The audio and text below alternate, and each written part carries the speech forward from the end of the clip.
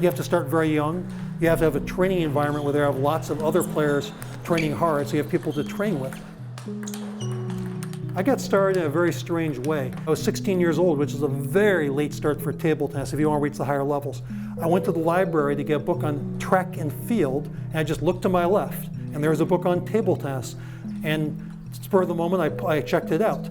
But by the time I was 20, I was actually coaching other kids and other players. Crystal, she's literally the best 12-year-old in the world outside China right now. I play like 2 hours a day, I guess, 2 to 3 maybe. On school days, my friend's parent drops me off here, and then I do my homework and then I practice because I really enjoy this sport and then I want to get better.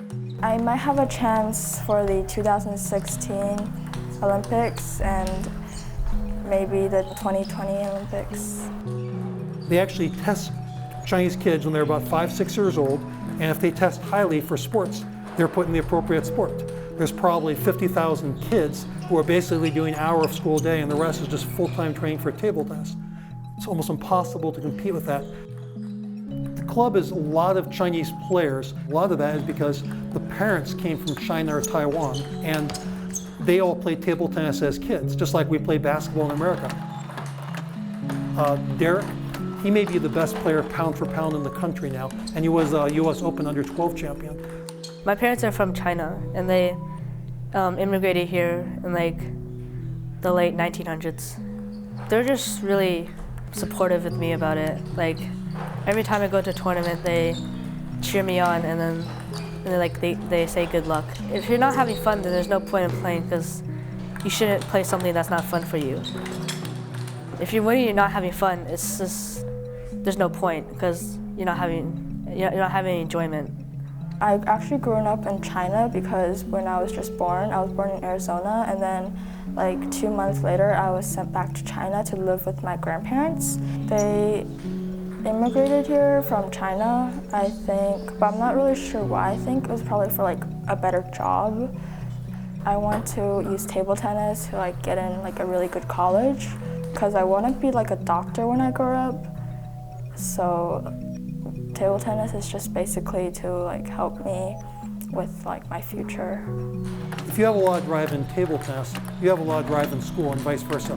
So the ones who do well in one do well in the others. Every single one of our kids, I can say without exception, are in basically straight A students. In fact, we're always scared we're gonna lose them. Like we joke that we practically feed places like Princeton. Well, I think I'm just a regular person because everyone's a human, so. Since you're not perfect, so you always have to take advice from other people. Like reminding myself that if I lose, it's not the end of the world.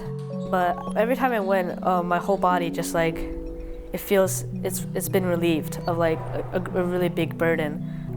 And then when you win, you feel like you could beat anyone. Well, I'm very proud of these kids. I'm proud of all the kids who became as good as they could because they worked very, very hard. I'm proud of the ones who do it for fun and did other things and became very successful. But I'm proud of the ones who also achieved a lot in table tennis. Appearance is everything. You know, when a person first sees you, you know, normally the first thing they're going to see, you know, probably are your shoes. And I feel that, you know, the type of shoes that a person wears tells a lot about them. It's always been about your kicks. You know, here in DC, always. And you might not have a guy with the freshest outfit on, but his sneakers, they're going to be fresh.